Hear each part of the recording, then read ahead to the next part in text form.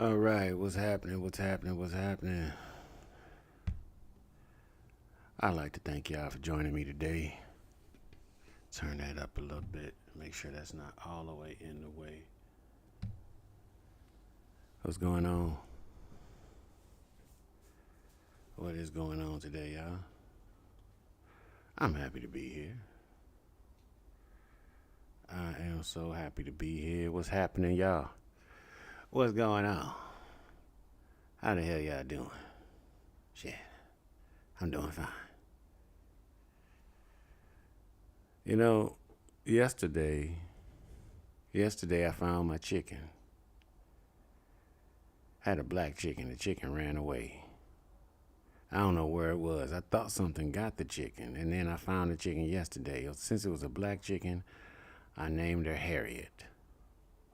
Since she got free, she broke away from slavery. So I named her Harriet Tubman Chicken. Yeah, that was her name. Deborah Robinson, thank you. Thank you for the rose, Deborah. Deborah. How you doing today? How y'all doing today, everybody that joined me? I just want you to know I appreciate y'all. What the hell going on with y'all, man? Where you from? Stellatronic. Holy Roach. What the hell? I mean, now I didn't smoke some Holy Roaches before. You know. Music for Noah was good. Scott Taylor, Traveler. Man, I'm feeling good today. Indianapolis, Naptown, Nap City. You can take a good nap in Indianapolis because it ain't nothing to do. Man, that's a boring place. And it's hood. You know, Indianapolis is a lot more hood than you would think. Even the white people hood in Indianapolis. Little Rock, y'all so hood, they made a documentary about y'all in the 90s. Banging in Little Rock. I'll never forget that shit. All of these little boys in Little Rock, Arkansas, dying over some gangs that they didn't even invent. That shit was crazy. Teenage Mutant Ninja Turtles in the house. Hey, if y'all could be any Ninja Turtle, what Ninja Turtle would you be? What Ninja Turtle would you be? You know?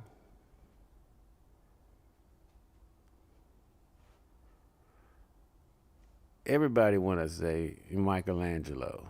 You know? Raphael. I would be Donatello. You know? I always liked Donatello. He was a smart one, man. He always got them out of a jam. You know, and with that bow staff, he was no joke. You know? I would be Donatello for real. All right. This is a serious question. If you could be a superhero, what powers would you have? Whose powers would you have? Don't say Superman either. You can't say Superman because he's like a god. You can't say Superman. It's a question I pondered for years and I can never come up with an answer. When I think I got an answer, I don't got one. If y'all on YouTube, you can join me at the same handle, I don't give a federal fuck.com. Not .com. I don't give a federal fuck. At I don't give a federal fuck on YouTube. What's going on? I'm assuming some of y'all here because I made y'all motherfuckers laugh with some of my goddamn videos. Well, what the fuck is up? What is up with you? Black Adam? You be Black Adam? The Magic Man? Okay, okay. I see that. I see that. A part of me feel like I'd be the Hulk, man. Just calm by day. Anytime somebody get me angry. Well, let me say it like this. Who's the best superhero that fits your personality?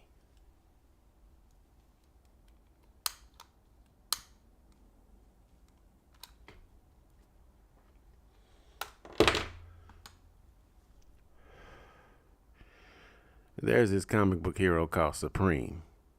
No, not Supreme. There's this comic book hero called the Century, right?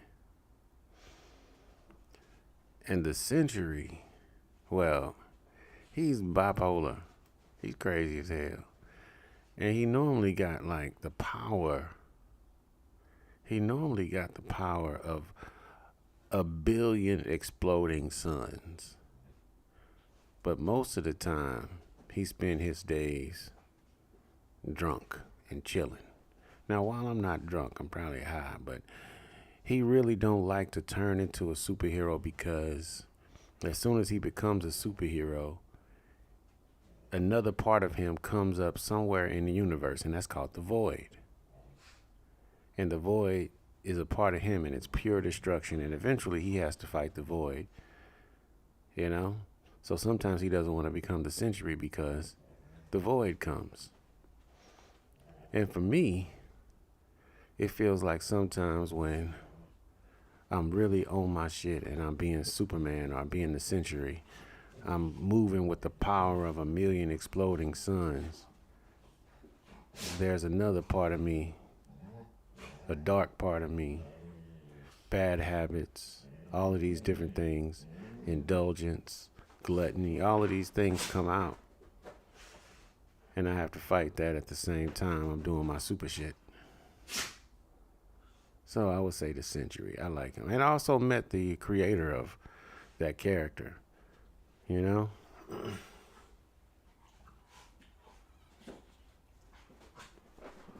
I mean, he wanted me to help him with a script. Had a book called Fiction Squad. We are our worst enemy, man. Dirty Southern nerd, what's happening? I love to see the people that, come on all the time. I appreciate y'all. I don't know what y'all doing. Big dog, I'm white. Okay, big dog, that don't matter. Well, not here. As long as you cool. What color are you? Are you cool? If you the cool color, you all right.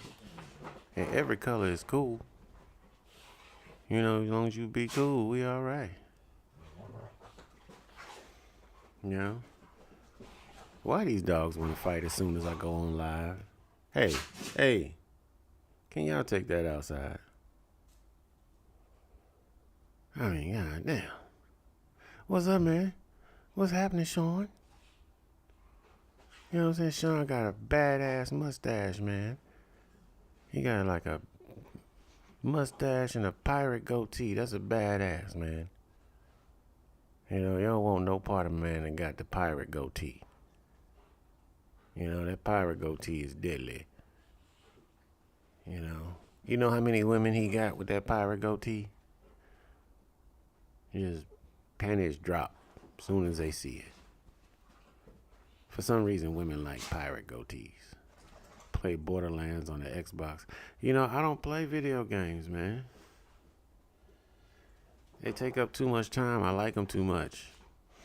And I have a marriage I want to keep together. I don't feel like my woman yelling at me because I play some damn video games. When I do this to relax, I rather create something to relax. Because the thing I don't like about playing video games is that I can spend 4 to 5 hours on that shit, and I didn't do a goddamn thing. I didn't build nothing. I didn't create nothing. I ain't, even with this, at least I'm making a little bit of money. It might be 10 cents, but I made some money, And trying to play video games and saying you trying to become why don't you do stand up? I am going to do stand up, but you know what? I started this TikTok because I had a difficult time. Stop humping Ozzy. Stop humping him. Gay dog. There's nothing wrong with being gay. But back to what I was saying. I've always wanted to do stand-up comedy, right? And when I first started thinking about doing stand up comedy, I was like, I was trying to write and come up with acts and stuff, and that wasn't right for me, you know? So I'm glad I found TikTok because TikTok allowed me to just get on, go off the dome, and then use that for my routine later. So really this whole time, I just been building up my confidence, finding what work and don't work. And then I'll take the TikToks and, do them in my shows and come up with some original stuff along the way. But I really got to say my confidence wasn't the highest because I used to be a spoken word poet before, and making people laugh when you're doing poetry is different from making people laugh when they are there to laugh. You know what I'm saying? Like somebody making you a steak when you don't expect it. You know what I mean? It couldn't be the best steak, but you weren't intended on the steak, so you like the steak. But if you go to a steak house and they give you the same steak that you got that was free, you gonna be like, "Hey, I paid my money for this steak. Y'all done gave me some bullshit." You know what I'm saying? So when I do comedy, when I do my stand up, I want to give y'all some good steak. That's all. I want to give y'all some good steak. So I'm getting my recipes together. I'm letting it marinate for a little bit. And also, I don't I'm used to performing in front of a crowd. I want to build my following on here because I don't want to have to go through all of that bullshit that these comedians have to go through. If I have a if I have 100 people in Dallas that'll come and see me, I'll go to Dallas. I'll rent out a venue. I'll do the show. I don't, this is me. So I don't feel like I need to practice in front of people. This is me. I'm being myself. I can't get I can't get in front of people and be myself. You goddamn right I can. That shit easy. You know? You in the Dallas metro area? All right, Sean, you want to be a promoter? Oh man, I was in Saudi Arabia for a little bit, man. I was scared as hell. I didn't want to look at a woman. Yeah, I ain't even though they was covered up, I ain't even want to look their direction. I was just with my head down. You're in the Dallas metro area. I tell you what, Sean, you find me a place. You find me. I'm 2 hours away, Sean. You find me a place. I got 20% of the people that are my followers in Dallas. Oh yeah, man. I used to live in Kuwait. I used to live in Kuwait, bro. I mean, live in Kuwait, man. I was in Kuwait for about 2 or 3 years.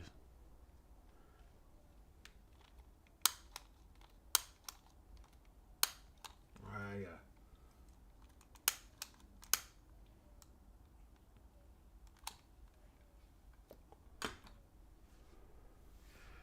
You think I'm playing, Sean? I ain't playing. Hell yeah. I gotta do a tour first. I gotta do a tour first. I don't want to be a broke comedian. I'm not. That's not what I'm signing up for. I'm an entertainer. I do poetry. I tell stories. Yeah, I was working in Kuwait, man. You lived in the UAE for 2 years. I lived in the UAE too, right in Dubai, man. Do you remember a club called the Cyclone? You walk in that club and ain't nothing but women in there. That wasn't a club. That was a brothel. As soon as I stepped in the club, it was 7 women all over me. And that wasn't because I was a celebrity or handsome or none of that. They were working.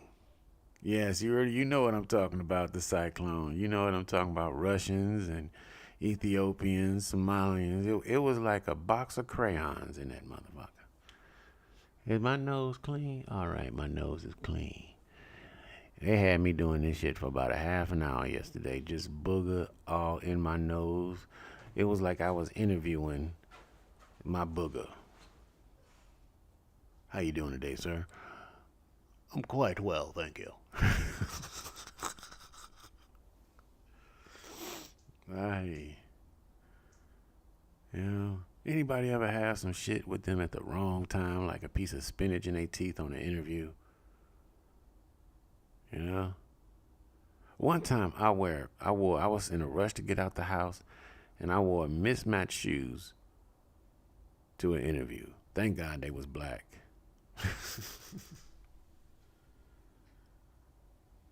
Yeah, got the job too. Yeah. Mismatched shoes. Who's a legend? Steve Mysterio Long.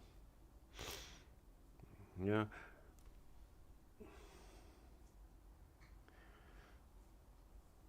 I hope I'm a legend that get paid. Yeah. Good morning, Miss Megs. Is that red hair? I'm the legend. Oh man, I would not call me a legend. I haven't done the work. I haven't been in the gym long enough. I can't even say thank you on that one because I'm curious about your stories as a PI. Let me tell y'all something, man. As a PI, you see the best and the worst in people. You know, I was in Austin, Texas, and I was following this guy. He looked like Sammy Hagar, right? If y'all know who Sammy Hagar is, right? I was following him. He looked like Sammy Hagar. He had this white pickup truck, and I followed him all the way to this big ass house, and it had like a 8-foot privacy fence on it, right? And he had a whole bunch of stuff in his car, in his truck. It looked like he was a contractor because he was a contractor with Delta, right? It wasn't Sammy Hagar though, but he had a contract with Delta, right? As a contractor. So and he had all his contracting stuff in his truck. So I called the office, and I would do things that other investigators wouldn't. Like, if it's a residence, you have to be sure that that residence is not where that person stays, because you're not allowed to get video in somebody else's house without their permission. And this is back in the day when I didn't have a cell phone. I had a motherfucking camera like this with the tapes in it. What's up, man? My buddy, one of my best friends of all time, has joined the room. You know, my buddy. I call him Jay. He's Ad Boo. Big Buddha. You know what I'm saying? Then me and this guy me and this guy saw our first pair of titties together, man. We was it was this girl named Kiana, right? Lived in our apartment complex, right? And she was like, I gotta change my shirt. Y'all turn around. I think we was about, 10 or 11 or something like that. We was in the 5th grade probably, right? Yeah, the 5th grade. And my homeboy Jason turned around and said, they look like mountains. They did look like mountains, man. But she was built for that age, though. You know what I mean? If I was her daddy, I'd have kept her in the house. You know, she was on the double. Yeah. No, we just turned our backs and then turned around real fast. You know. Yeah. But in our minds, she you know, in our little kitty mind, yeah, they look like mountains. Cause this girl was built like 11 years old. She was built like she was 16. You know what I mean? She was trying to do double dutch, and she had a tube top on, and she kept on falling down. And let me tell you what, double dutch was like Magic City when you was a little boy. Double Dutch was Magic City. And especially when the teenage girls got up in there. You was like, oh shit, Keisha about to jump. Is Keisha about to jump? Yeah, man, Keisha's about to jump. Yes. Me and this man got in all kinds of shit, man. There was this rivalry between band camps at rival schools, right? And we wanted to play a trick on them. So we was in my garage and we mixed up some solution, one that was really slippery and one that really stank. So the one that really stank, we put it on their bus while they was in there. I don't know how we got out of. We was somewhere we wasn't supposed to be, right? But I don't know how we got out of violin practice. But we snuck out and we put this stinky chemical in their bus, and then on the steps that they had to walk down, you know what I mean? I put this real slippery stuff on the steps, and these kids, just kept on sliding down the steps. They was busting their shit wide open. That shit was, he said he was forever dragging me to some adventure. I was an adventurous kid, man. And my homeboy can vouch for me. He on this chat. Ain't none of these stories I'm telling y'all not true.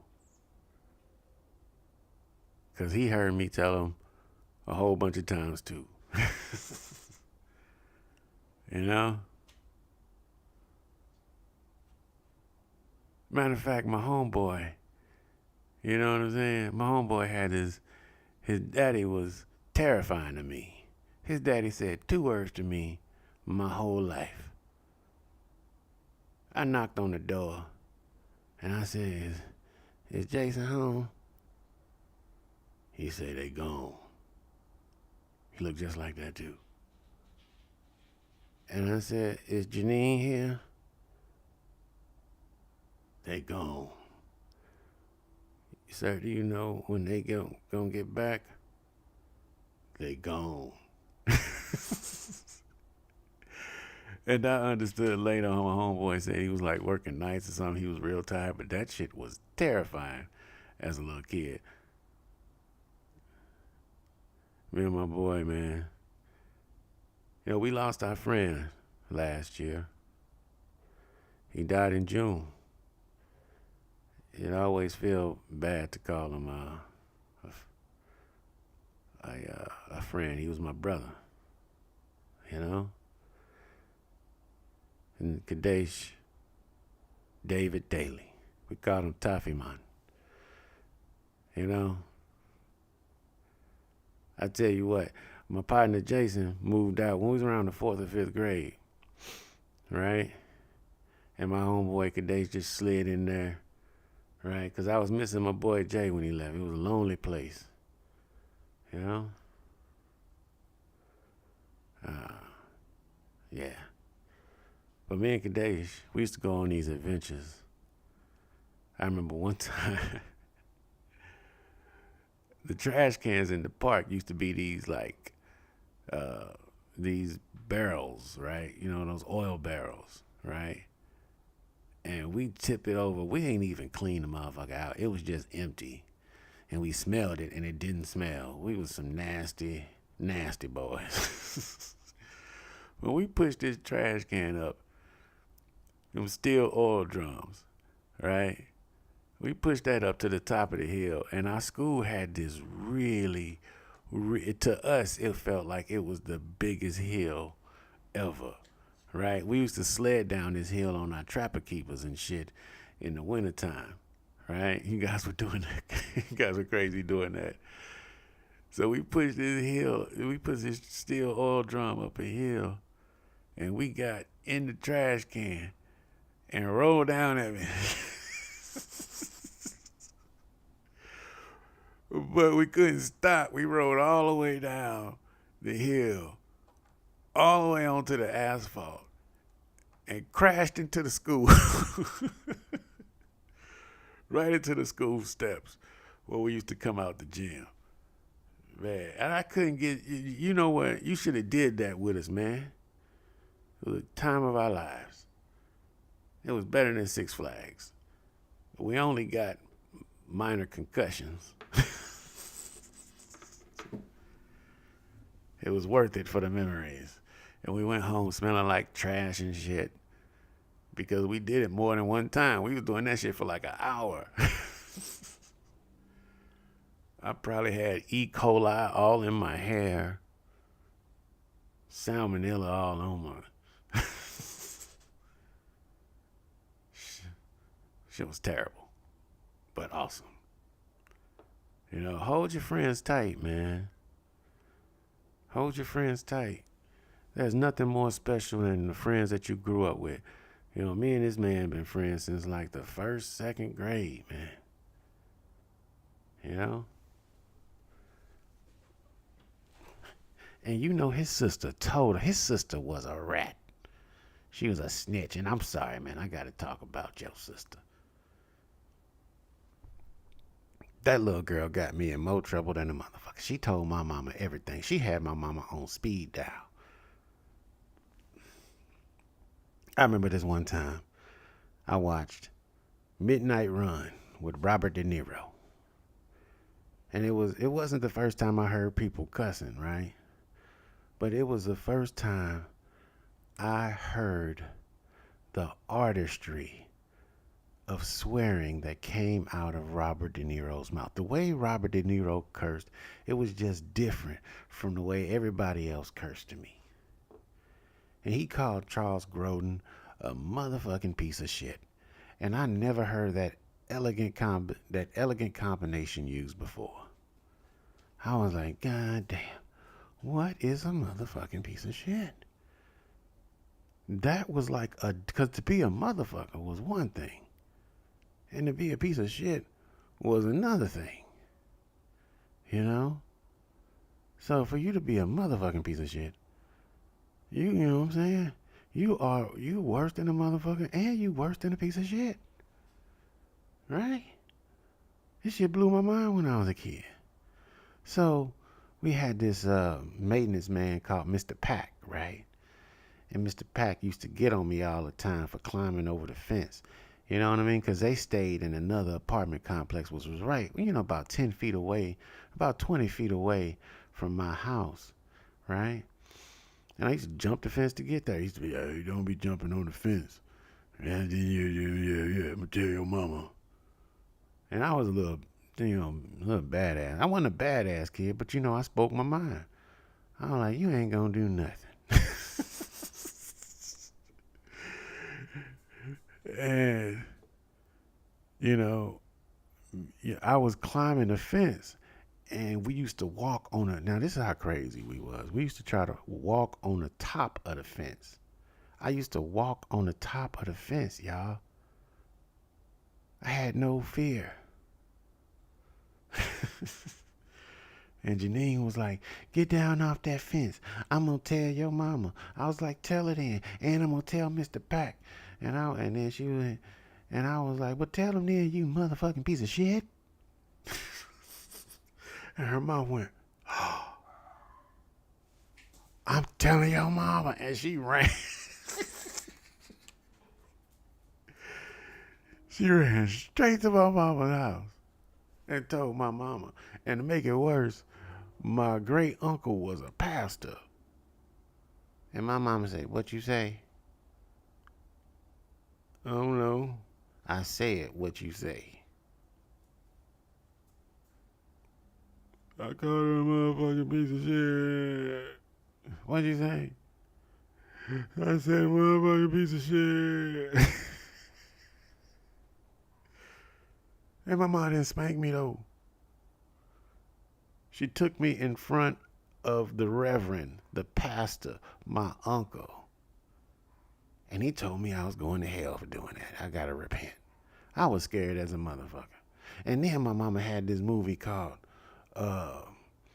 what was that shit was called? Thief in the Night. It was an old 70s or old 60s Christian movie, right? It was about the rapture and shit. And my mama used to, the next day, my mama had to go to this place called Parsons. It was a goddamn beauty salon. And this beauty salon, this is the goddamn 80s. The women used to go there at 5 o'clock in the morning, and I'm not lying. They used to have to go up there at 5 o'clock in the morning. And they wouldn't get home till like 12 or 1 because that's how long the line was or how long the wait was. Because Miss Parson could do some hair. She was doing the freezes. She was doing all the bobs and the doo-wops back then. And women would go and they'd be like, where you get your hair done at, girl? It was like a status symbol. I got my hair done at Parsons. What? You got an appointment over at Parsons? Yes, I did. So I wake up the next morning. I didn't know that my mama had gone to Parsons early in the morning because I woke up early. It was Saturday morning to watch cartoons and shit. And I look and my mama's nowhere to be found. I look outside and ain't nobody there, and there was a car across the street with the door open and nobody was in it. And it was running. And just like the movie, it was somebody that had the lawnmower going and nobody was pushing it. It was just standing there running. I was like, oh,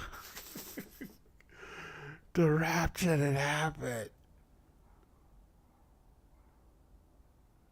And then I called my grandma. I was like, Grandma.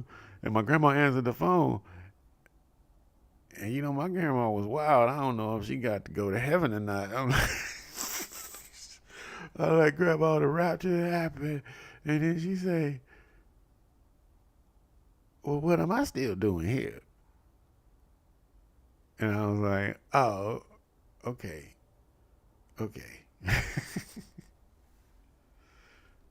That movie was called Thief in the Night, man. It was some campy Christian shit, man. That shit scared the shit out of me, man. They had the mark of the beast and shit. People was getting tortured and shit. It was terrible. You know? That shit had me indoctrinated till I was 20 years old.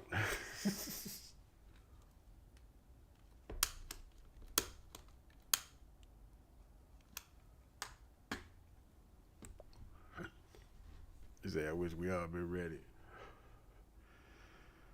Shit scared the shit out of me.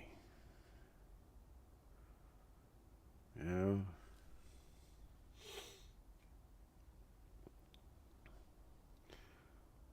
I do need a new I got a torch.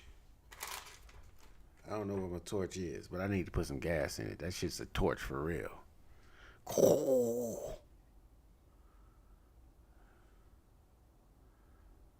If you want to go on over to YouTube, you feel like watching this on your TV or something, I don't give a federal fuck. You know, just type that all together on YouTube. It should come up to me. Got to put the aperture, whatever you call that, accentuator. You know what I'm talking about. The @ sign. You know. Where's my damn coffee, man? My coffee all the way over there. Damn. I wish the kid was up. Sometimes we use our kids for child labor. Hey, can you go get me my coffee? I'm at work doing shit in the office, just listening to your story. Well, I appreciate that, man. I could not do that office stuff, man. I tried. See, all the logistics jobs and the contracting jobs and all of that, I had them. They were out in the field. You know, I was doing logistics, being a logistics manager out in the desert and shit, you know. And then I got this port operations job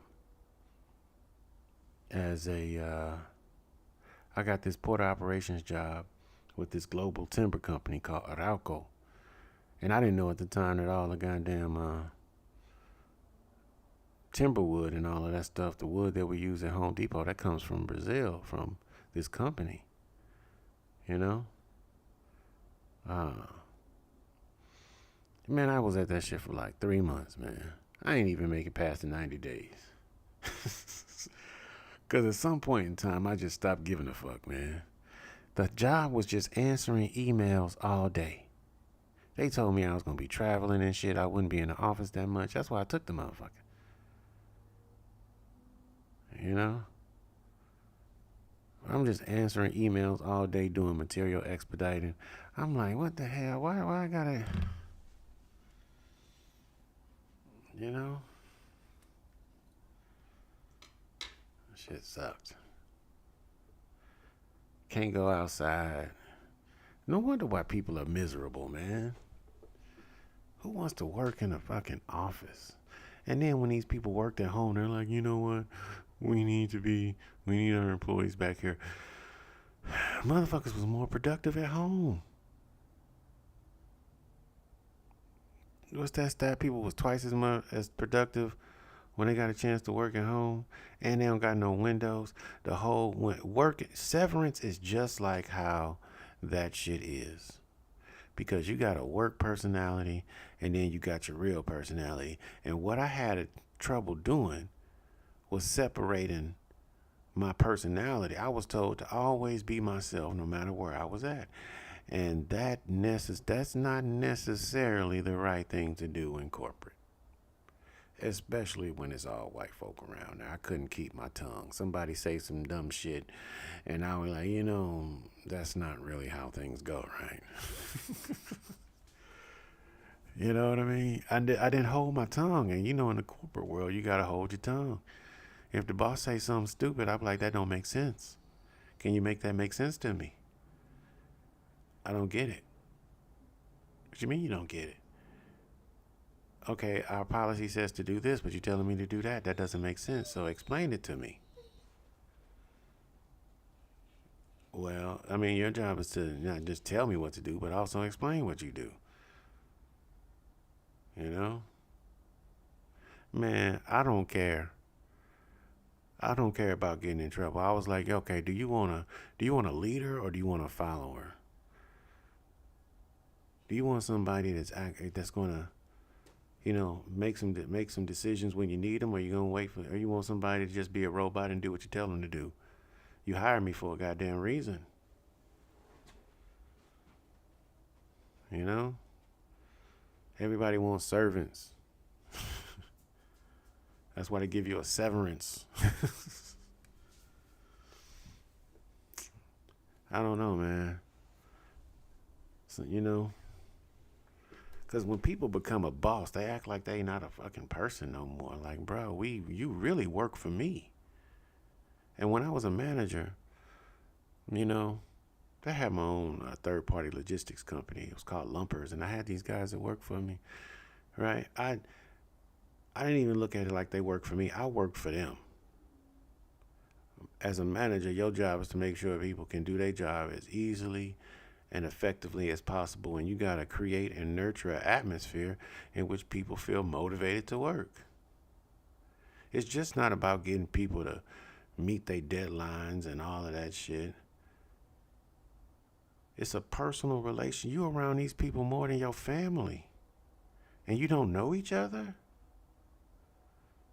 You don't want to know each other. Y'all don't blend together. No wonder why you stressed.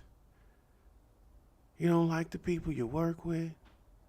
It's work. And one of the best quotes I've ever heard in my life is that a master in the art of living makes no distinction between his work and his play, his love and his religion. He just simply goes about his day doing both. And those that are watching him from a distance, they can't tell which is which. That's when you living. When you master the art of living, when people are watching you and they can't tell if you're working or if you're playing. Get you a job like that. And if you don't have a job like that, you not living.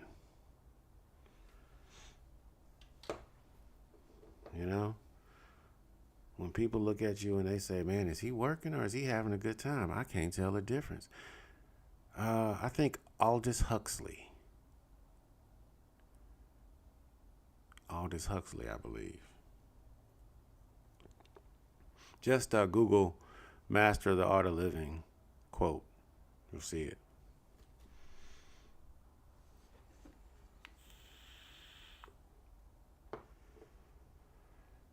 And that's kind of been my motto. What's some of y'all mottos? Because I have a few of them. So, when are you going to make those shows again? I love Black and Single. Man, Black and Single, I loved it. I really did.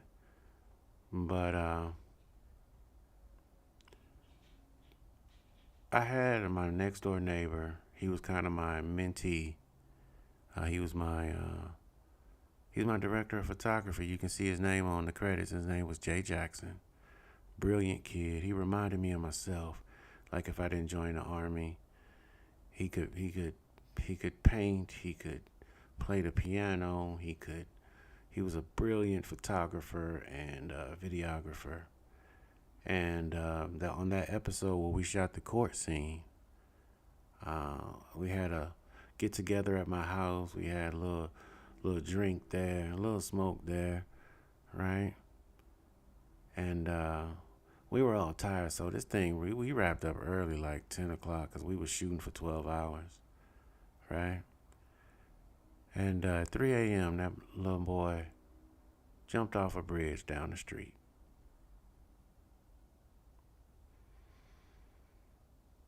I wanted to be done with the show then, but I got 2 more episodes out. I got 7 and 8 out. And that was it for me. You know? That was it for me. And I lost my little brother. It felt like my little brother died because he stayed right next door to my house. And I seen him riding by on his skateboard one day. And I was like, he had a camera bag. I was like, what you doing, young man? No, don't feel sorry for asking. It's a story I told a lot of times. It's okay. But most people don't know the reason why I stopped.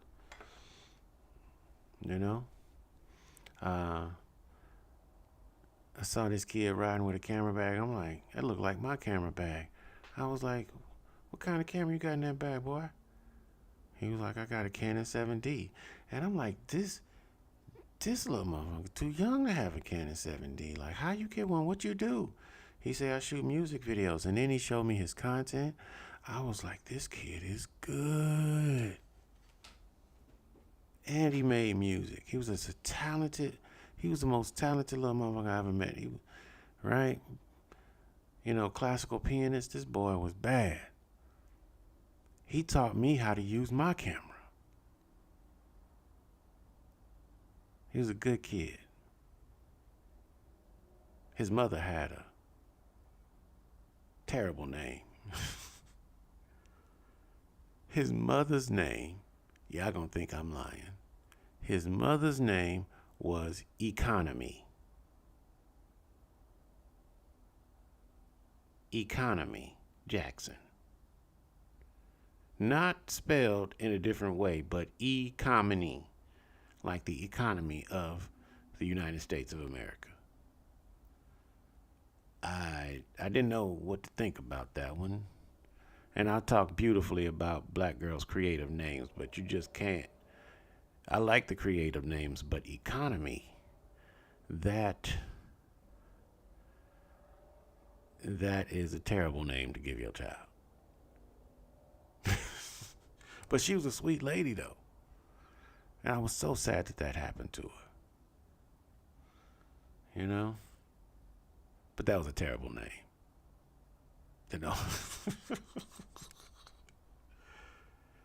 Yeah, see how fucked up my sense of humor is, man. I just talk about some serious shit, then start talking about the dead boy's mama. Ain't that some shit? He know that's me anyway. Goddamn it. My grandma's name was Nellie.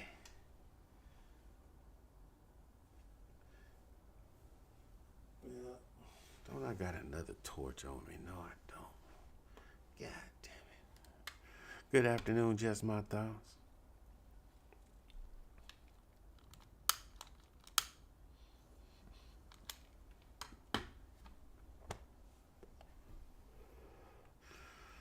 Oh, yeah, man.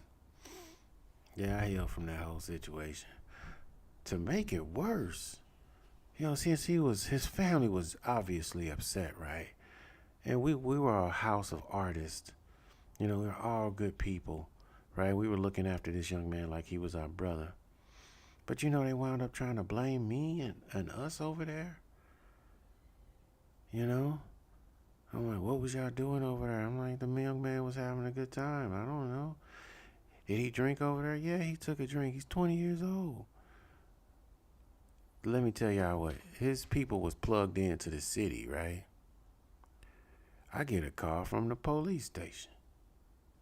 The motherfucking captain of the police station called me to come in there and talk to him. And then he tried to intimidate me while I was in that motherfucker. He said, I can get you for the contributing to the delinquency of a minor. I'm like, listen here, man. I'm going to be real straight with you. All right, Jay was the most responsible young man I ever known in my life. He went down to Miami by himself and filmed club scenes with Rick Ross and all of that stuff. Now, his parents weren't concerned about his well-being when he went down there and was probably engaged in all types of debauchery while he was down there. Who knows what he was 19 at the time. Who knows what a 19-year-old man was doing down there? And I was a 19, 20-year-old man serving in the military. And I was responsible, and I had me a drink from time to time. Now, despite whatever law you got, that was that boy's responsibility, and he handled it well. And for you to imply that he was a reckless young man, that's an insult to him and his family, who raised a fine, respectable young man. Now, do you have any more questions for me? And that was the end of that. Don't fuck with me, man.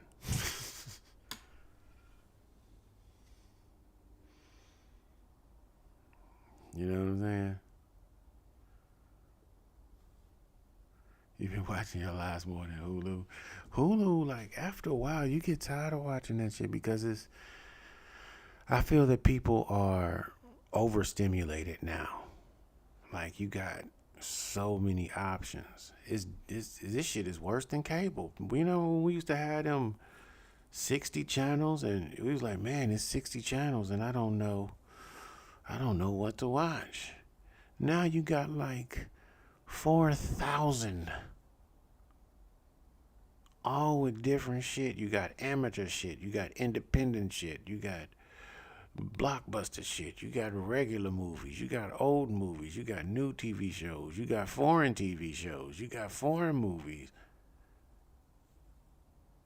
you got documentaries, you got reality TV shows, you got true crime stories, you got true crime movies. We are overstimulated. We're overstimulated, people. That's why when some people when they hear a calm, soothing voice, it sounds different in this world. People don't talk slow and say what they mean anymore.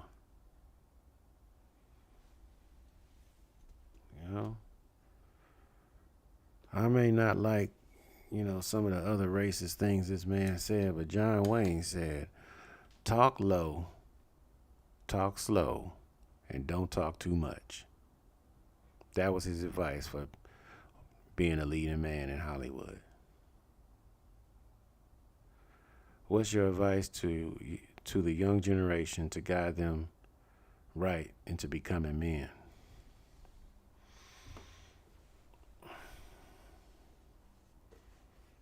It's okay. That would be my advice. It's okay that you don't think you are what you should be. It's okay that you don't feel. It's okay that you don't feel that you are where you want to be in life. It's okay to be weird. It's okay to be a little slow. Right? But remember, like my mama told me, consistency is sexy. Say that again. Consistency is sexy. That's one of the things I can say. If you do something for a woman on Friday and you do it the next Friday, you got to keep doing it every Friday for the rest of your life. You know? Consistency is sexy. Consistency builds trust. Consistency builds responsibility. Whatever you do, be consistent. And if you do wrong, you better do wrong right. Ain't no point in doing wrong and you get caught. I was in Camp Taji from 2007 to 2009. I was a private contractor over there. I worked on the Iraqi side of the base with a company called ACOM. Yeah.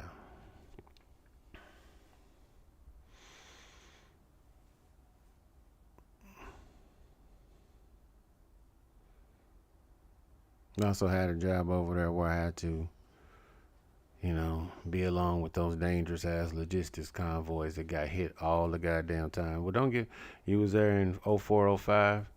I was in Camp Arab John at 0405. I was responsible for every single vehicle that went to the theater in Iraq. So more than likely, if you went through Kuwait, you saw me. Probably just don't remember. If you turned in your vehicles at Camp Arab John during that time, you turned them into me. Everybody in Iraq, except those that went to Camp Doha.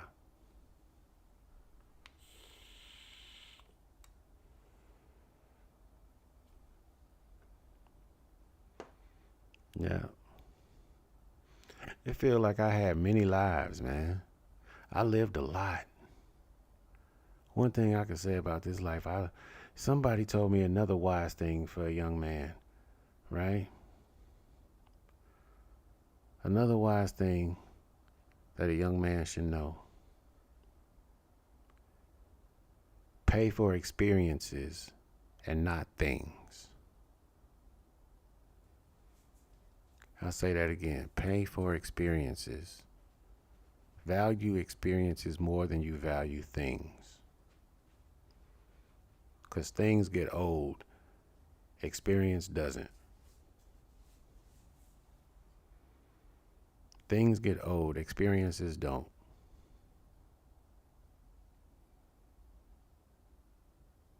Hello, Rio Rancho.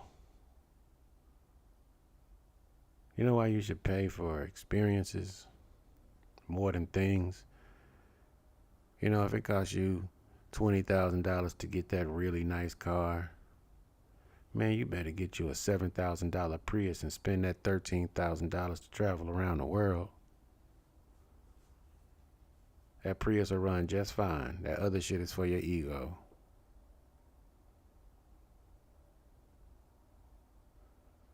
Instead of getting that $350,000 house, you better get that $250,000 house and take that $100,000 and go do something. Have an experience from it. That experience can last you a lifetime. You might move out that house in 10 years.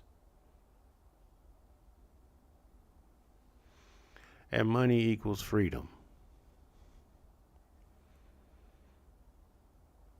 The more money you have, the more time you got to your goddamn self.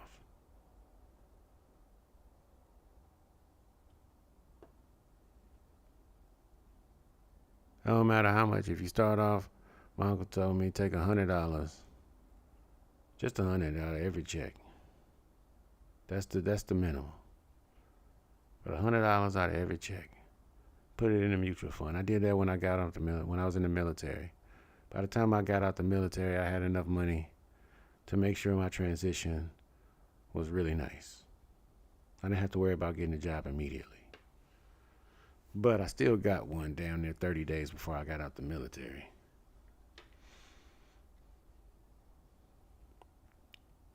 Yeah.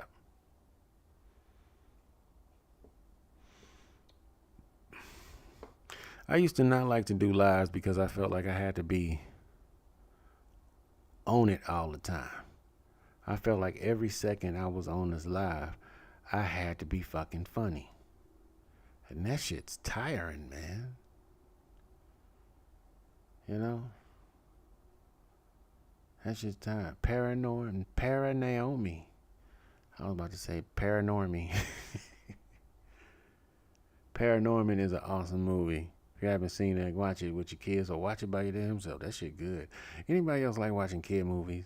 Some of these kid movies be good as a motherfucker. Whatchamacallit made me cry. Finding Dory. That shit got me, man. And Toy Story 3. That shit got me too. You know? When Dory couldn't find him, and man. What's some other movies that made you cry? Fucking Marley and Me. Those dirty bastards. Those motherfuckers and Marley and Me, they got me. I had to close the door so my daughter wouldn't hear me crying. It was an ugly cry too, boy. I'm telling you, man. That Marley and Me cry, I cried like somebody in my family died, man. I was just like, how y'all gonna end the movie like this? We knew he was gonna die, but y'all ain't have to show us. God damn.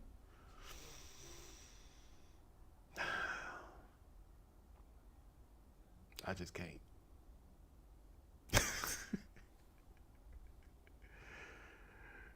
Oh, man.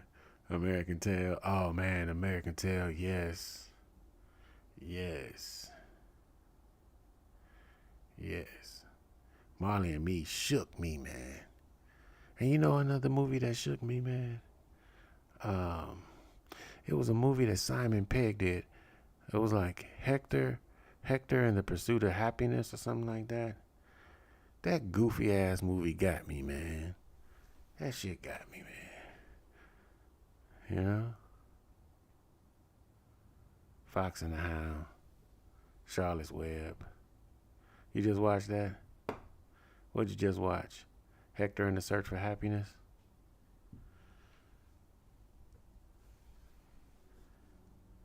I remember the scene that made me cry.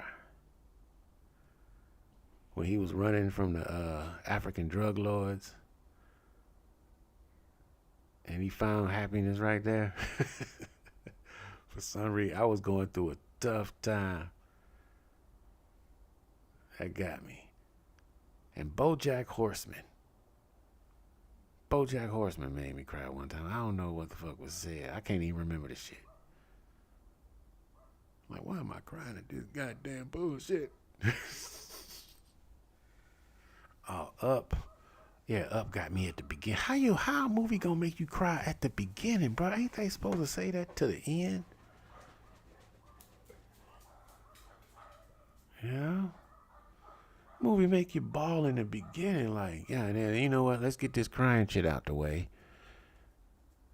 Let's get that out the way, How you gonna do that? People, they tricked us, y'all.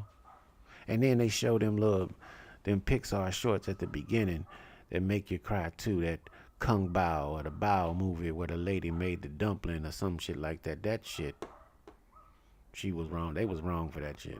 Pixar is wrong because them motherfuckers, it's a cartoon, y'all, and we crying at a cartoon.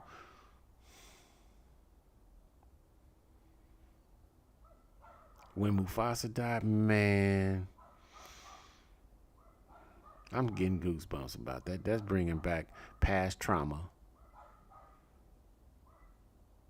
When Mufasa died, it felt like my daddy died. We don't need to talk about that. We do not need to talk about that. That is not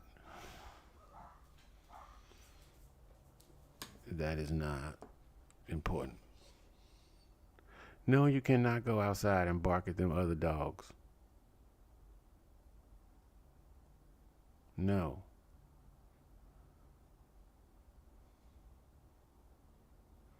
And then they just stare at you when you're not even looking at them, too. You know, Simon Birch. I watch Simon Birch. And man, Boys in the Hood, man. Boys in the Hood to get you too, boy. When Ricky running down the alley. Ricky! Shit. But you know what scene? And I'm going to say this right here. If this scene don't make you cry or don't make you well up just a little bit, you have no soul. That scene in Color Purple when Danny Glover was dragging her sister out the house. And they doing like this down the street. I tell you what, man. If that don't make you cry, if that don't just take your heart and wring it like a dirty dish rag,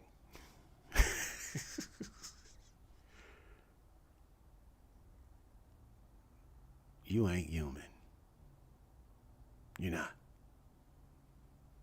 I'm convinced you're an alien with no emotions. You're Spock. You're a Vulcan.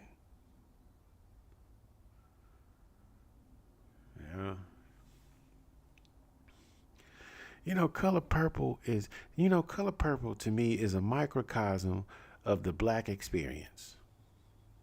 Because even though Color Purple is a very, very terrible movie when it comes to the terrible things that happen to people in that movie, right?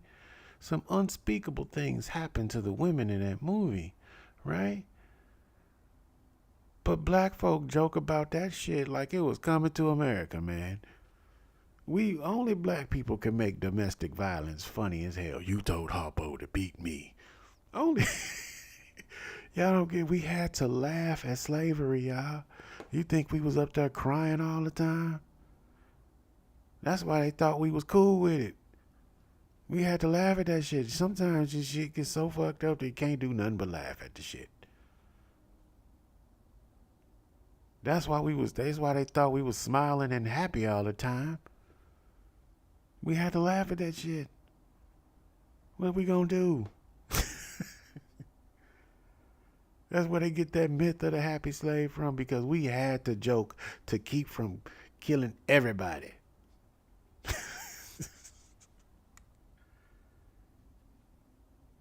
We had to joke. You know what I'm saying? But we took that movie and made jokes out of it.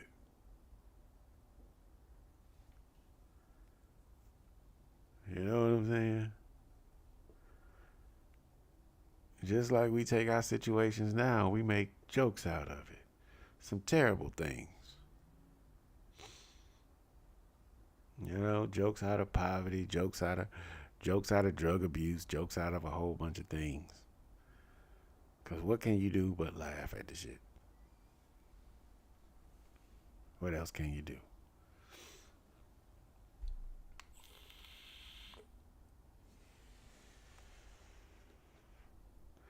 Oh, thank you, Sean.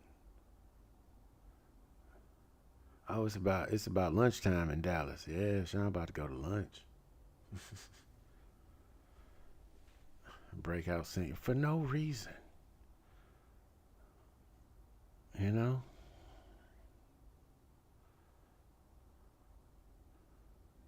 Oh, Miss Celia, I feels like singing.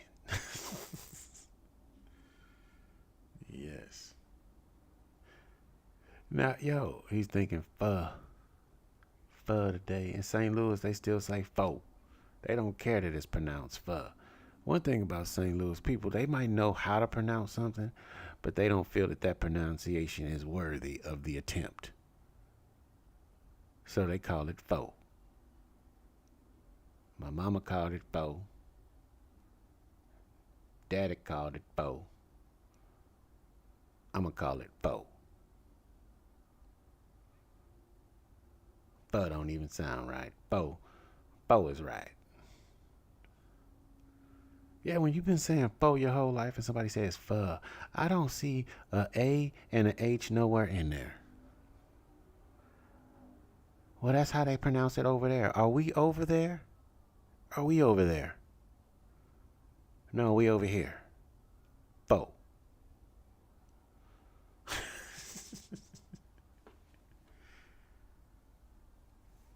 You know?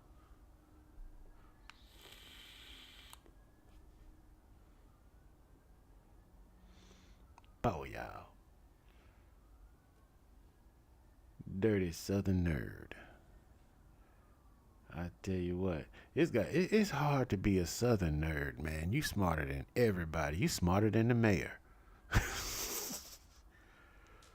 But here's the thing: it's not that Southern people are dumb, because intelligence is just the information, the ability to acquire and apply knowledge.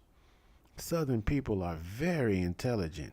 It's just the knowledge that they acquire and apply is not the knowledge that everybody like learning how to read sometimes. Not all of them acquire that knowledge, but to retread tires or to fix a catalytic converter, they just look at that shit and goddamn man,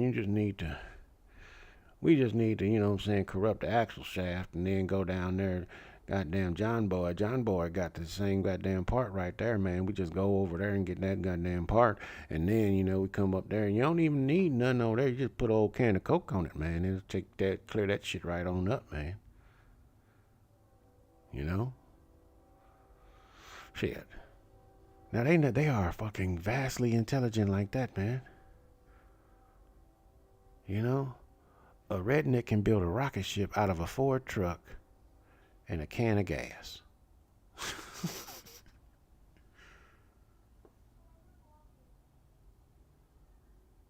I'm not lying to you. You know what I'm saying? They have intelligence is just the ability to acquire and apply knowledge. Sometimes that knowledge is not the knowledge that you deem necessary or important. If you're a redneck, what is the importance of learning the works of John Keats? How is it important that you know about Cyrano de Bergerac or the philosophy of Voltaire? Some of y'all people are like, what the fuck is he talking about?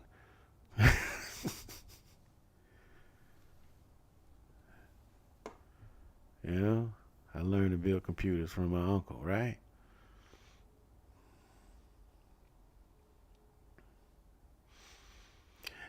And rednecks is the closest thing y'all gonna get to black people.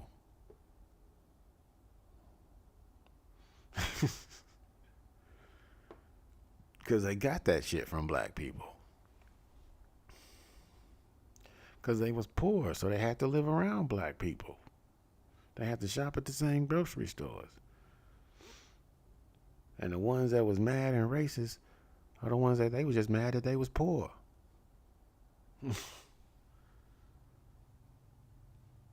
And too proud to take the jobs that the black people had. I'm not being no goddamn driver.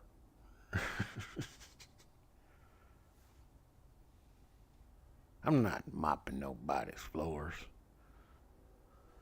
waiting at table. And then, tips is so messed up.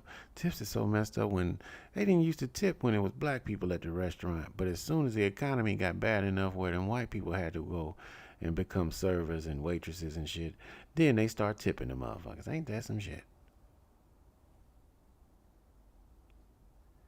They kept that pay still the same though. They kept that shit low as a motherfucker. So y'all servers, y'all still getting black folk pay, but y'all getting tips.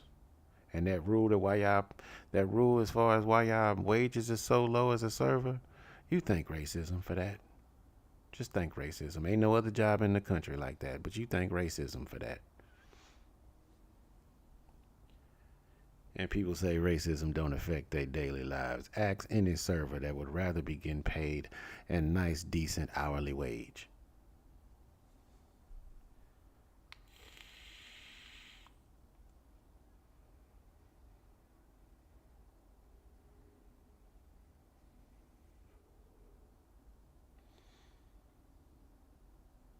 Yeah, no.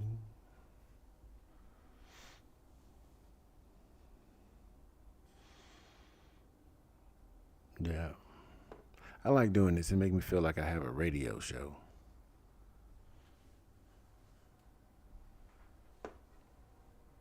Ladies and gentlemen, next we have up Lil Wayne and another song about liquor and drugs.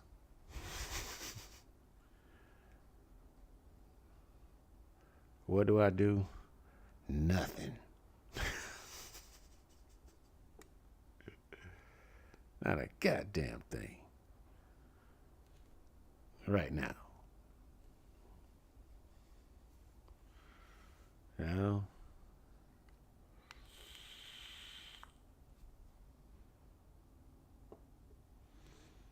Not a damn thing. I like this house husband shit. This is pretty cool. I see why women want to do this shit. This shit is great. This shit is great.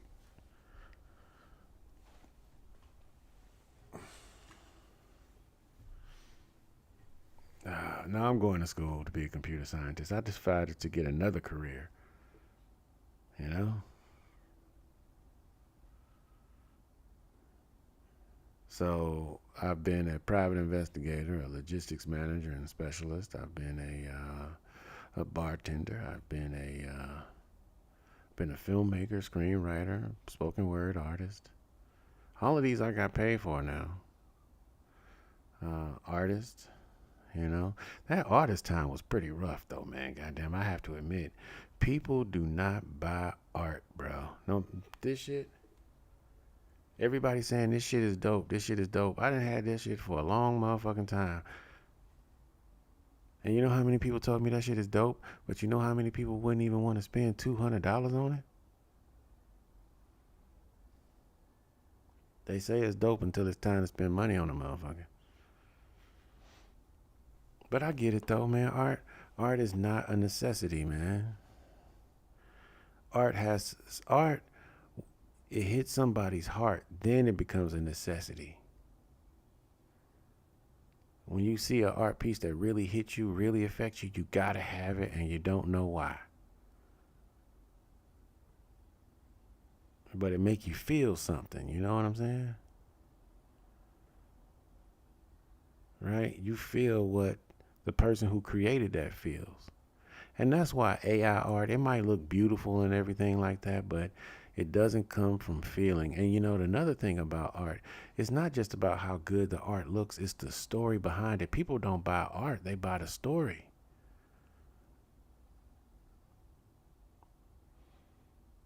Hell, every movie is just 24 pictures running every second.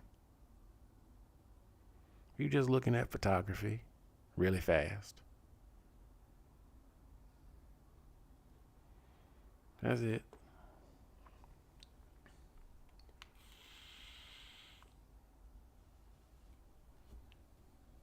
That's it.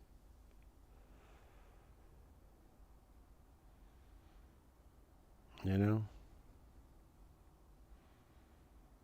You groom dogs, man, that's such an awesome thing. I got two golden doodles, and I got one with some 4C yaki hair. This motherfucker got hair like I got. Damn. How you gonna have Negra hair and you a white dog? Look at him over there.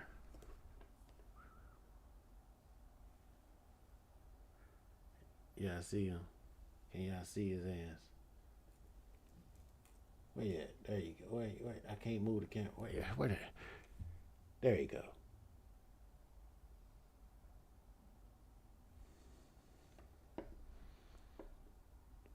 White dog with black hair.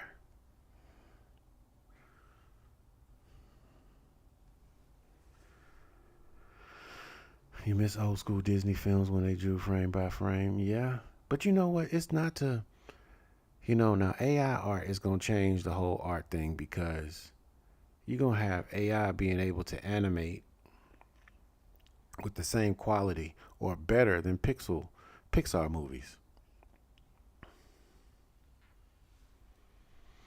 Yeah, I gotta keep it short, man.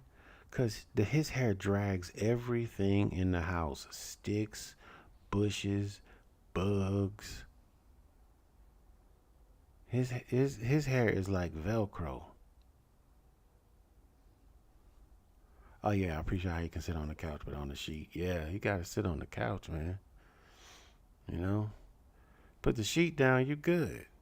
People be like, don't jump on the couch. Well, the dog is gonna jump on the goddamn couch anyway, whether you there or not. So you might as well just put a sheet on that motherfucker and just give up the ghost. My dog wouldn't do that. Okay. As soon as you leave that house, it's that dog's house. And he act however he want to in that motherfucker. Unless you want your dog trained like a robot, and who wants that? It's good. I mean, it's good if you have a dog that knows exactly what to do when it's like my dog. When I tell them to sit the fuck down, they sit the fuck down. When I tell them to be quiet, they quiet. But other than that, I don't want to take the dog from them. You know? Breeders don't tell you how mate. You know what? I don't think they that high maintenance because I like to do it. It comes from like giving him a bath and brushing him and making his hair all fluffy and stuff. That's really relaxing, man. And he's a good dog too. He likes that shit. Most of them do, man. You know? It's only them little bad dogs. I can't stand little dogs. Can you hear that little dog in the background that our neighbor got? That shit's terrible. Little dogs talk too much. Like little women. Have you noticed the taller the woman, the less she talk? Or is that just me?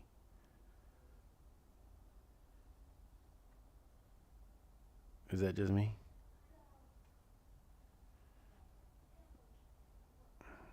The taller she is, the less feisty.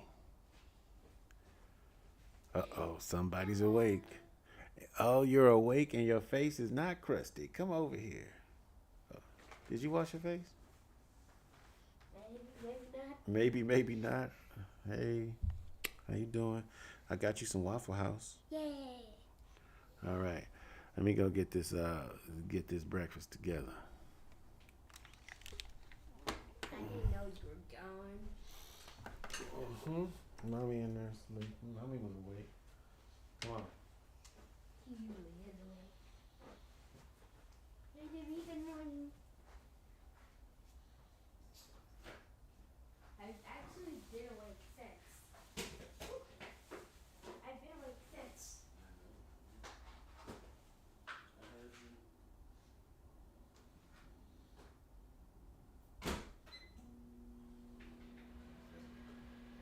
I like cookie. Get you some water.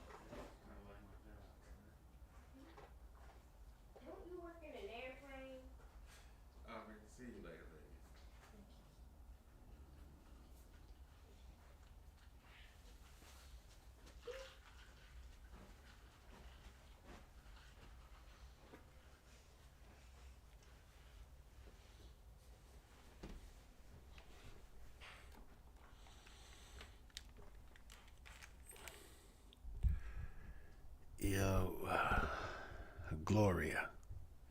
That was the song that played when the St. Louis Blues won the Stanley Cup. Gloria.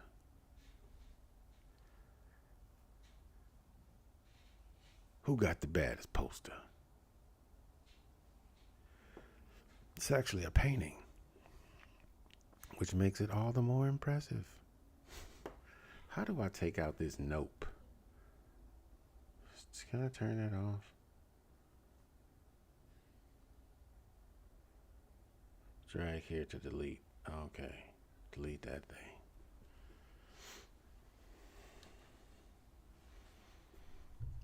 Yeah. The cool thing about this is I get on here and lose track of time. The bad thing is I get on here and lose track of time.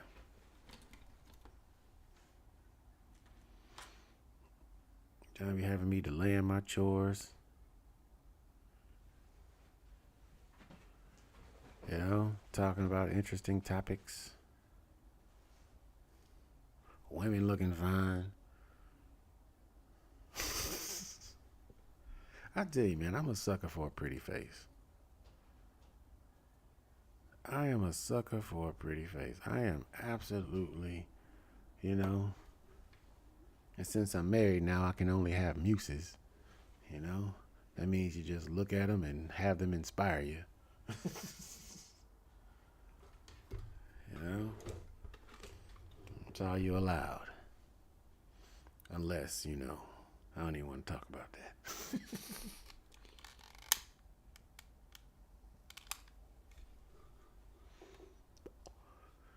Please talk about Angela Bassett's son. What's up with Angela Bassett's son?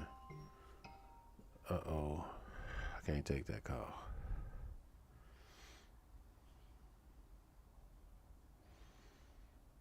I can't take that call right now. What's up with Angela Bassett's son? Now you got me on the darn Google. What's up with Angela Bassett's son? Let's see. Angela Bassett's son. That's right in the top searches. What's up? Slater Vance. Alabama's son. Not Alabama's son. Angela.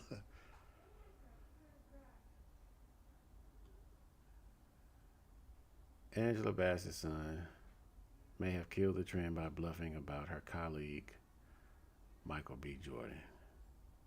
You know, I thought that was a dumbass trend in the first goddamn place. How the celebrity death prank? You know what? I just come from a place where you don't speak on death like that. You know? And this could affect somebody's livelihood, man. You know what I'm saying? Because some people believe everything that they hear on the internet. People probably was having murals of Michael B. Jordan passed away. Oh my God. You will hear the wails of black women everywhere. That should be like if Denzel Washington died in the 80s. Oh my God. The sound of the weeping and gnashing of teeth. If Michael B. Jordan passed away. Oh my God. It would just be, they would go by his mural and just throw panties at it. His mural would have nothing but panties. You know? And Angela is still processing Chadwick Boseman. Man, I tell you, Chadwick did that slick, man. He rode out the way he wanted to ride out. He was like, I don't want y'all to feel sorry for me because I don't deserve to feel sorry for. I'm just doing my thing. I'm a regular person just like y'all. Let me work. I don't want your sympathy. I just want to work and I want to die in peace. And it's so very rare that in celebrity, you didn't know. You didn't know what was going on with him until like a week before he passed. If I go, that's how I'm going, man. If I got something like that, I mean, man, I don't want nobody to know shit. You know? Because every time you tell somebody something like that, they say, "Oh, I'm sorry." And then they feel bad. They could have been having a great day. And they feel bad. What you know? Nah. I don't tell you when I'm broke. Shit. To some people, that's worse than being dead. You know? Yeah, he broke his mama's heart, man. You don't do that. Oh, yeah, he caught.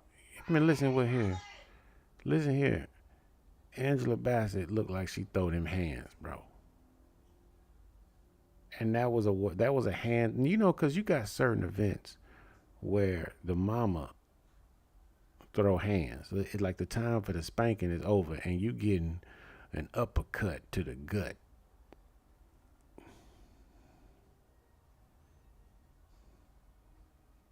He got an uppercut on that one. Maybe a slap too. Bexonic. What's happening? That woman can dance her ass off. Make me feel bad. You know? People on TikTok be dancing like a motherfucker, man. I didn't know so many people dance till I started watching TikTok. You know? I come from an era where men didn't dance no. They even made a song about how we don't dance no more. All we do is this. But it wasn't about dancing though. It was about something else. A little bit more violent.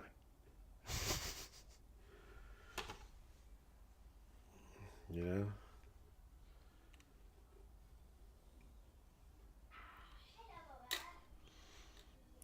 Aubrey, can you close that door, please?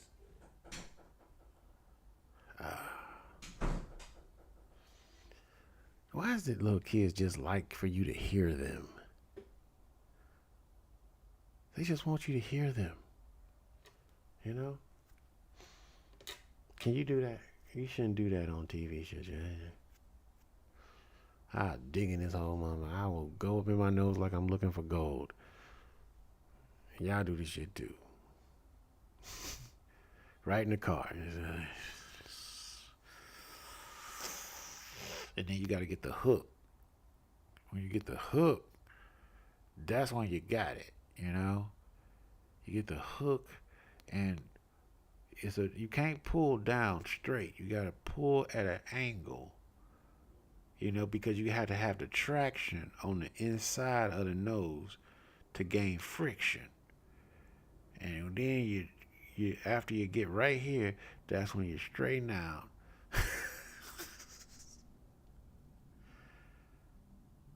Yeah, I know what I'm talking about. Darth Trump. Oh man, that would be everybody's worst nightmare if Trump was a Sith Lord. Can you imagine Trump with the power of Darth Vader? Holy shit. We would be fucked up. We better hope Barack Obama is Luke Skywalker.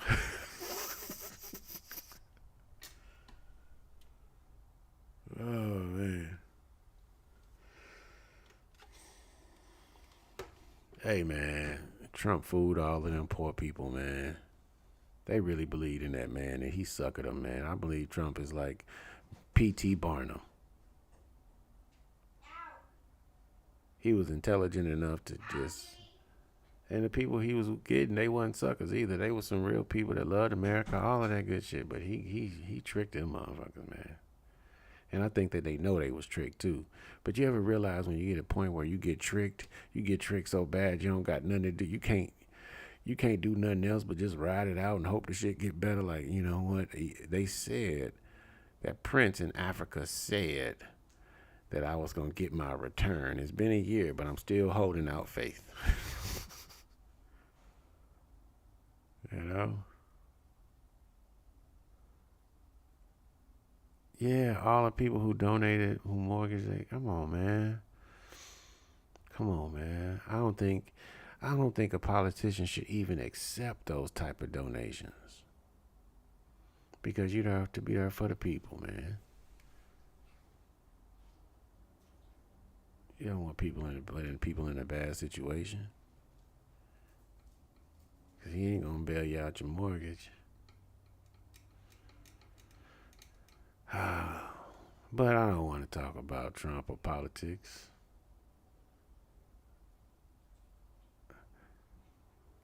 You wish that Obama and Trump would do a debate. Obama would take him out. Oh yeah, Trump know that, man. Trump know that. He know he's just lacking in. It would be a heavyweight title fight, but it would be a first round knockout because in that debate, I don't know about the presidency, but in that debate, Obama is Mike Tyson. I ain't never seen a presidential candidate so smooth in a debate. He's a smooth, whether you like him or not, that's a smooth motherfucker, man. You know?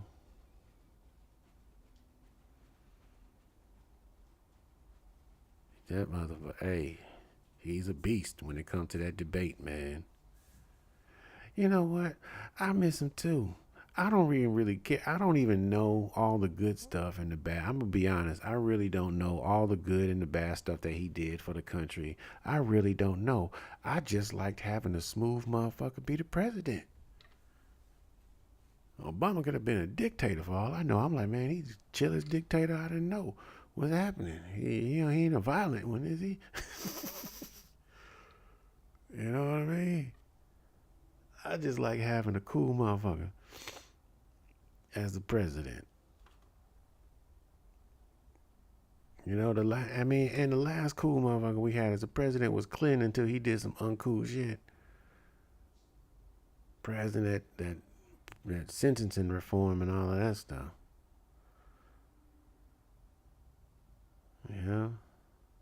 Yeah, he knows his politics, man. And the thing about it, he always at least sounded like a voice of reason. And I think, you always got to have somebody that's a leader that at least sounds like a voice of reason.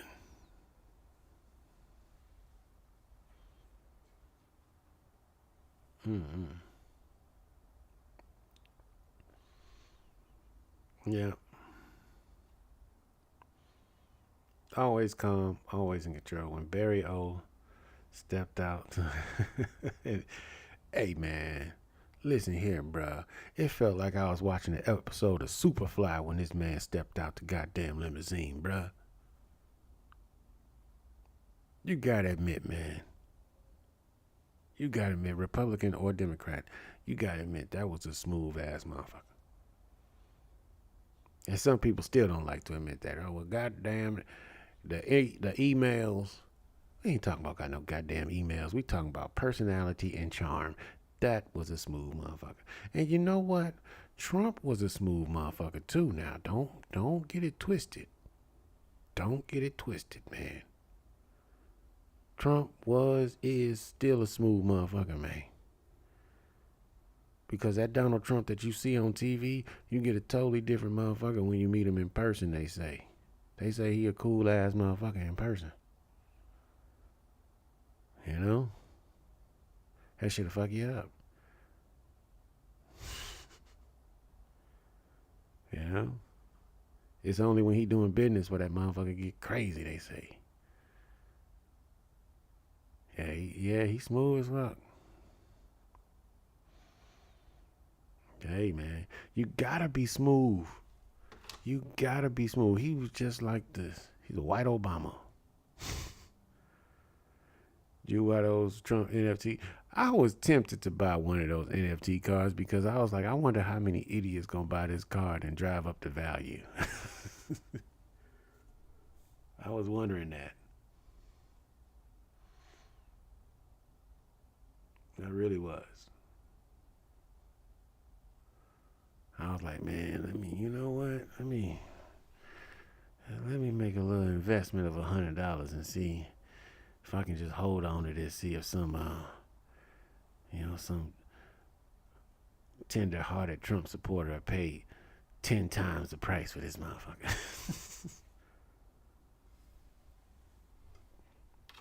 I thought about it. You know?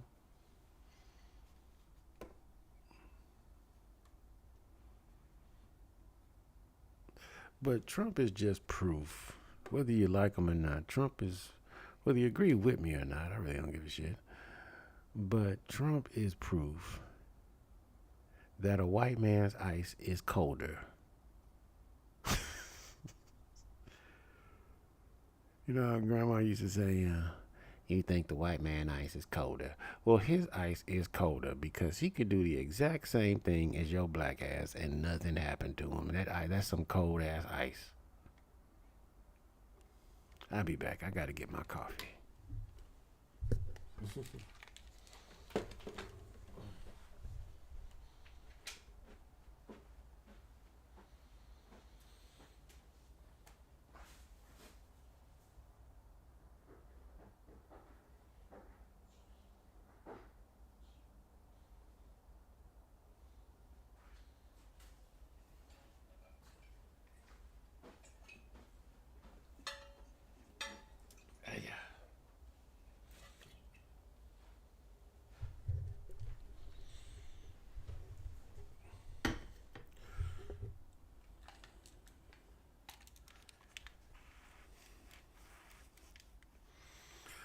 Welcome back. You are listening to IDGAFF. I Don't Give a Federal Fuck Radio. I am your host, Jay Ali, and glad to have you here. You could be anywhere in the world, but you are here with me. Thank you very much for your participation and your involvement. I'm going to drink some coffee. When you say everything like this, it sounds great. Potatoes. Enchilada. God damn, don't you hate when you do that? You don't even open up your coffee.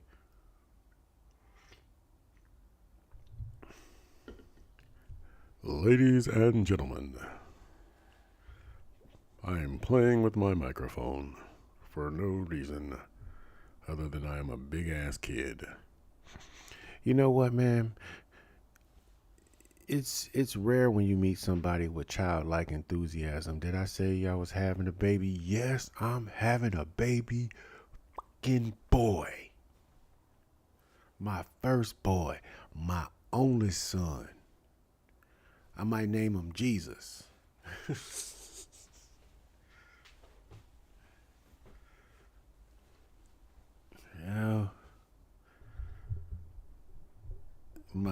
My firstborn.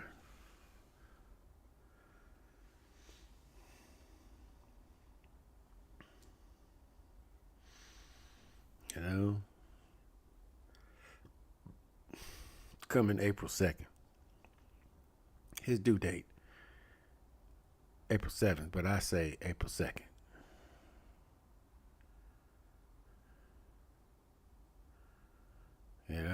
You gonna be praying to Jesus in the first year? No, man. You know what? I'm 40 now, right? I realize I'm gonna enjoy that first year. I'm gonna enjoy it. What else am I gonna be doing? I don't go nowhere anyway. When you're young and you got kids, you feel like you're missing out on life and all that shit, right? When you're older and you have kids, you feel like they're giving you life. Ain't that some shit?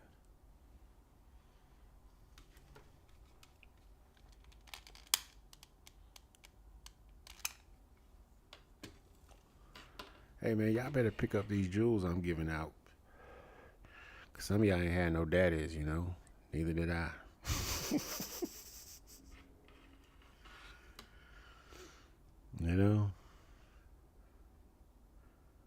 Had twins at 37, they're 11 now. I'm too old for this shit.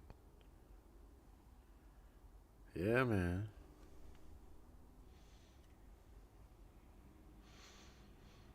That's my goal, to get super fit. So, because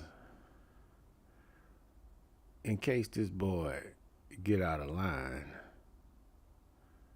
I want to make sure I set him back straight. If he starts circling, I want to put him back straight. You know what I'm saying? And everybody know with a teenage boy, they got a moment. They got a moment where they thinking about it. They got a moment where they thinking about testing you. And I want him to know, I don't even want him to have the thought. I want him to know that his daddy will crush him.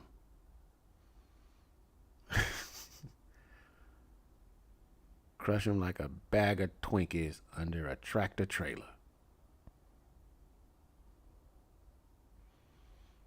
Jedi mind tricks? No, I use the Force. I don't use the mind trick. I use the Force. I will use the Darth Vader.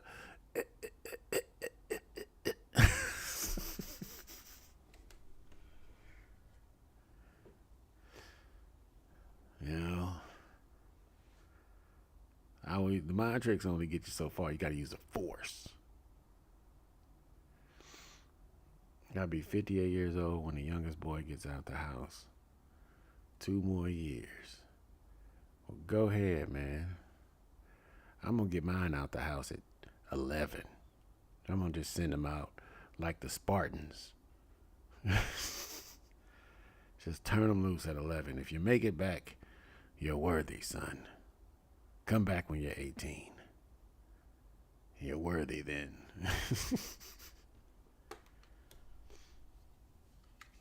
You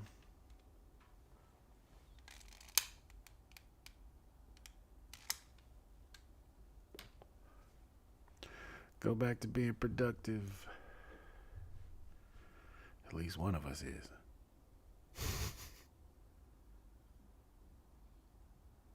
Who's on here on my chat, man?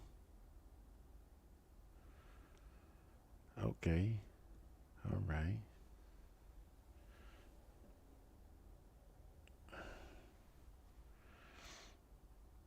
Yes. Had to lay hands on him at this point. Hey, man, sometimes, you gotta just rough them up a little bit, Just trouble the water.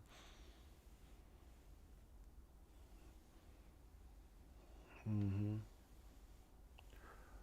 What up, bruv? Calling UK. Yeah. What up, bruv? I know y'all get tired of us messing with y'all accent. We sorry. We just can't help it, man. This shit's cool to us. We like to fuck with it. Oh, yeah. You know what? Teenage crazy ain't nothing like grown man crazy. You can't get crazier as a teenager than a grown man. Because by the time as a grown man, you done seen all types of crazy. You can replicate the crazy that you've seen without even using your crazy. You kids don't understand that. And these kids got to understand that we grew up in the 80s and the 90s. We are not to be fucked with. Don't mess with nobody that grew up in the 80s. Hey, don't mess with them. Everybody that grew up in the 80s, when the 90s came and they was teenagers, we was just shooting everybody. We was just everybody. The black people was shooting people for no reason. The white people was shooting people for no reason. We'd lost our goddamn minds as teenagers in the mid-90s. Am I lying?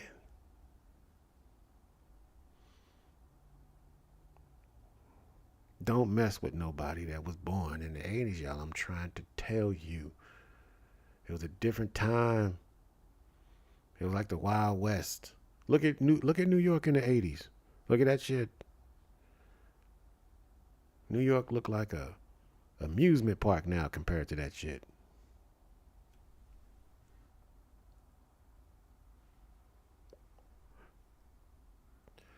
People from the 80s was living in that shit as kids.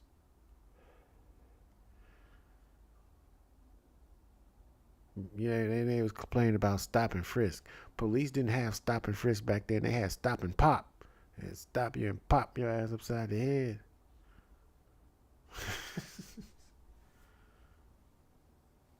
Damn. Yeah.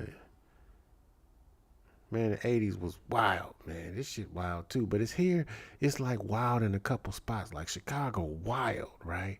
In the 90s, everywhere was Chicago. Everywhere was LA.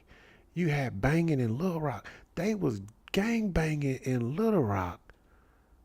The death rate was higher in Little Rock, Arkansas when it came to gangs than Los Angeles, California. In the 90s, the 90s was nuts. You know what I mean? That was the era of Mike Tyson, Michael Jordan, Michael Jackson, and Prince. You had 4 different type of crazy black man existing at one time. You had your Michael Jordans, your Mike Tysons, your Michael Jacksons, and your Princes. We all know the gangbangers was Mike Tyson's. Michael Jordans was a corporate man. The Michael Jacksons was the weird ones, and the Princes was the smooth ones. You know? Had 4 crazy type of black men being dominant at one time. 4, and we was fighting. You know? 80s is not today, though. I don't live in the past, live in the future. Why it's called the present. Yes, past, present, future, present, you know? All right. Yeah.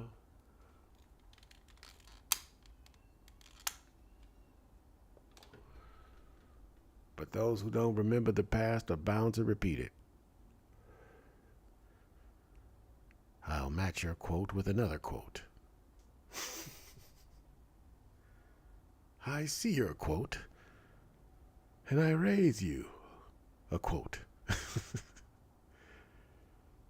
You got for Tupac. Yeah, man. You know, I used to like Tupac, but Biggie spoke to me more. You know? Because Tupac looked like everything, you know what I'm saying? That Biggie was an underdog to me, man.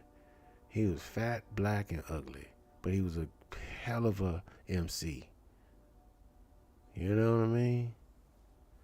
Hell of a MC. He was so good, women forgot how he looked. Biggie was so good. Biggie to me was one of the last artists that could get super, I mean like iconic level famous and be, you know, just a little touched in the face.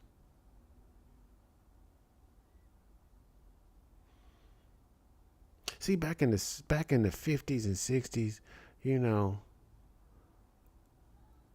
ugly people could be very famous because nobody saw what they looked like. You ever heard you got a face for radio?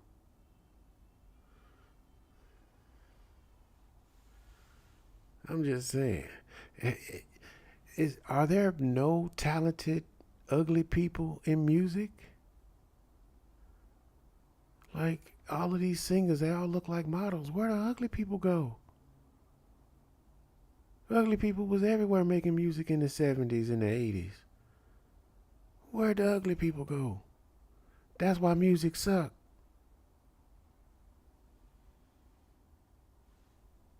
Bring back the ugly to music. Bring back the ugly. Because the ugly... See, the reason why it's important is because when millions of women fawn over a ugly crooner, it let the world know that beauty's not important. Talent is. What's on the inside is. But if you look like a model, sing like a model, or sing like an angel, everybody gonna think you gotta be perfect to be right there. And you don't have to be. You just gotta have a beautiful voice. 'Cause the voice is what's supposed to matter, right? Y'all don't hear me.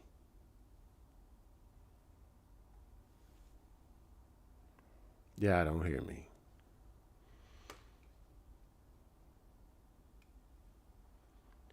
You know?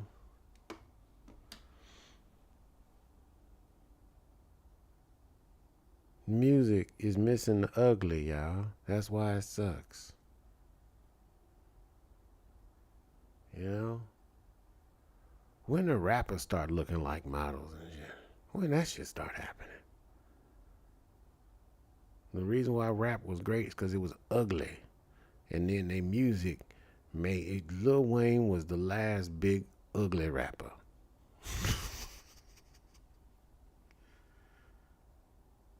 Where I'm from St. Louis, Missouri. You know? University City, stand up 63130. What's happening? You know? Yeah, he said Drake too pretty to make music. He ain't too pretty to make music. He just, he just beige. Our beige brothers, they a little more in touch, you know what I'm saying, with their emotions. You know what I'm saying? You know? They meat got more marbleization in it. You know what I mean? You know? And like Kobe steak. Yeah, what part of the UK are you from, man? I got into a fight with one guy over there, man. I got in a fight. I got in an accidental fight. You know? I was drunk. I was joking with a cat. I was joking on him a little bit. He took that kind of personally. And then he said, "You want to go outside and sort that out?" I'm like, "Yeah, let's go outside and sort it out." I didn't know what we was going to sort. I thought he was looking for some shit. I didn't know we was, cause he was real calm about it. It wasn't like we was having a fight. He politely asked me to go outside and look for something. I thought he was going outside to smoke some weed or something. You know what I mean? I thought that was code word for let's go burn one, in the alley. You want to go sort it out? I'm like, yeah, hell yeah. What you got? I got some blunts. What you got on you? I've been looking for somebody with some.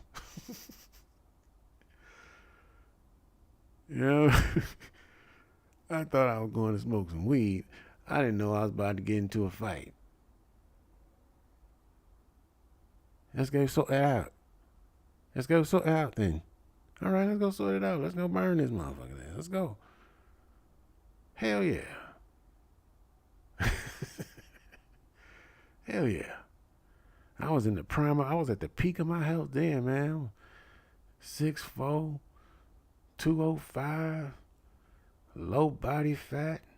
I could run 12 miles in 11 minutes and 54 seconds. Shit. I was feeling like a goddamn superhero then. That poor guy, he pulled out a knife. And it wasn't even, it was like, that shit was like like that long.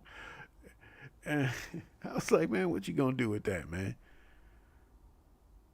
I said, what you gonna do with that, bro?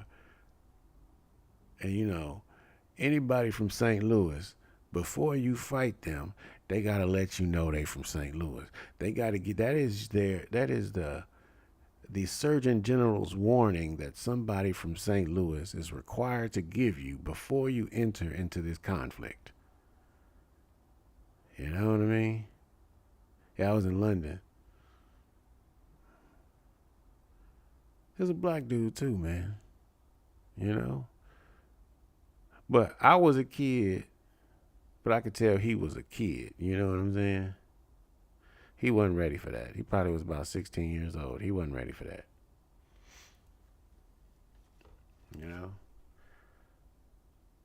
Trying to rob me. Man, what you trying to rob me with a knife? I'm from St. Louis, man. Come on. That's disrespectful.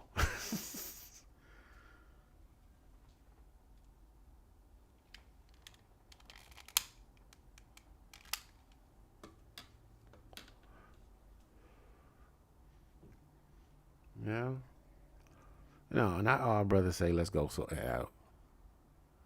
Oh, he say I'm from.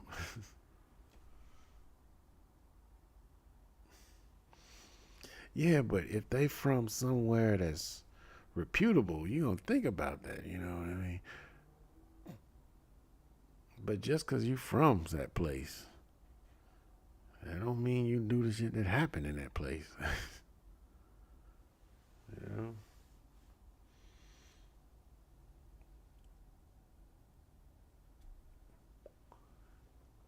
Manchester. Okay.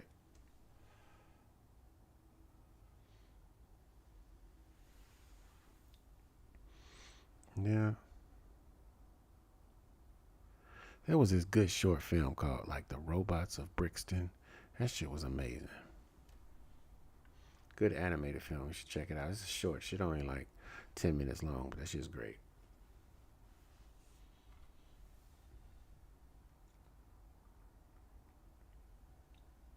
Mm-hmm. Yeah, I don't really do coffee over there, do you?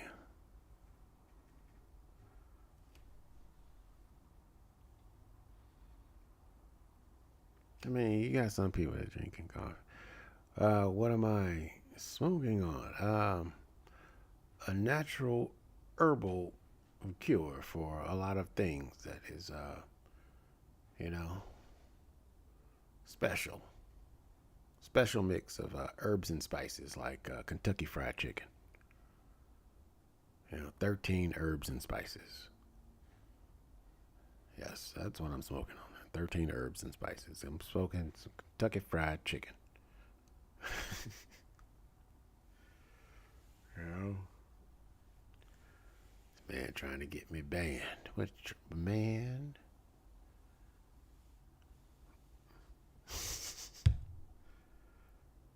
Yeah.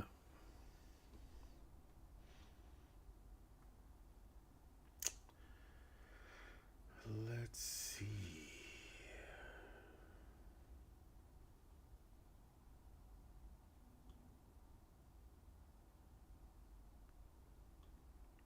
Oh, you all right, man? I'm just fucking with you.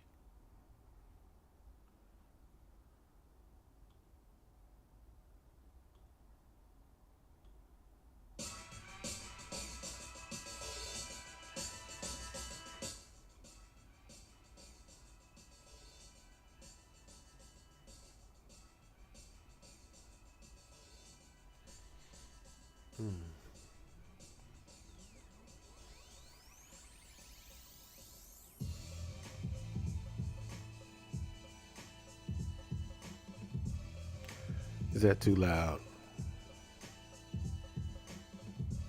If so, I'll turn it down. I think it's a little too loud.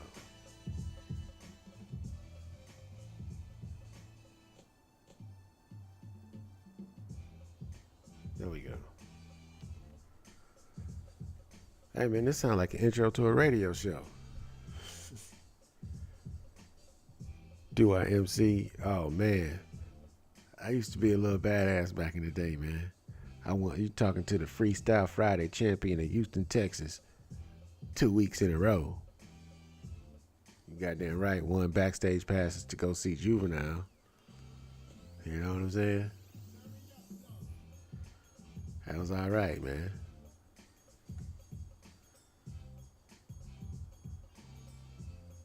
That was all right.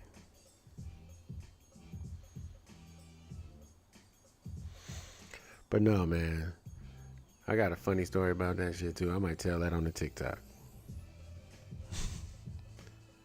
Oh no. No. I might tell you my story now. I don't do that shit no more. I don't do that shit no more. No. I don't know why. No. Matter of fact, I think I'm gonna be out for a second. I've been on for over 90 minutes. Man, that time went by fast. Thank y'all for joining. I appreciate you. All right.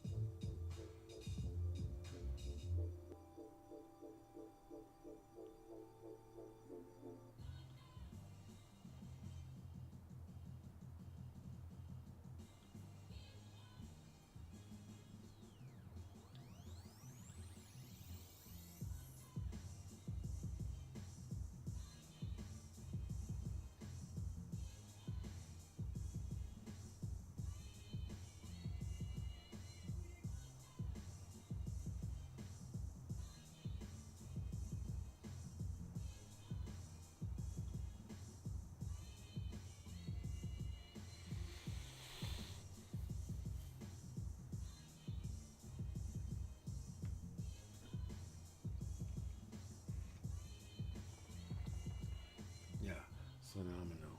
I'm starting to. I tell you, everybody, I'm gonna hit you. Domino, a domino. If you know me, man, I found a few. In my life, man, I gotta say I found a few. But they don't do what I can do. Nah, I'm an original. I'm feeling now. I'm original. Cause that's how I'm feeling now. Feeling like I lead 12th round of hammer cow. Diamonds on the tennis top. My tennis style.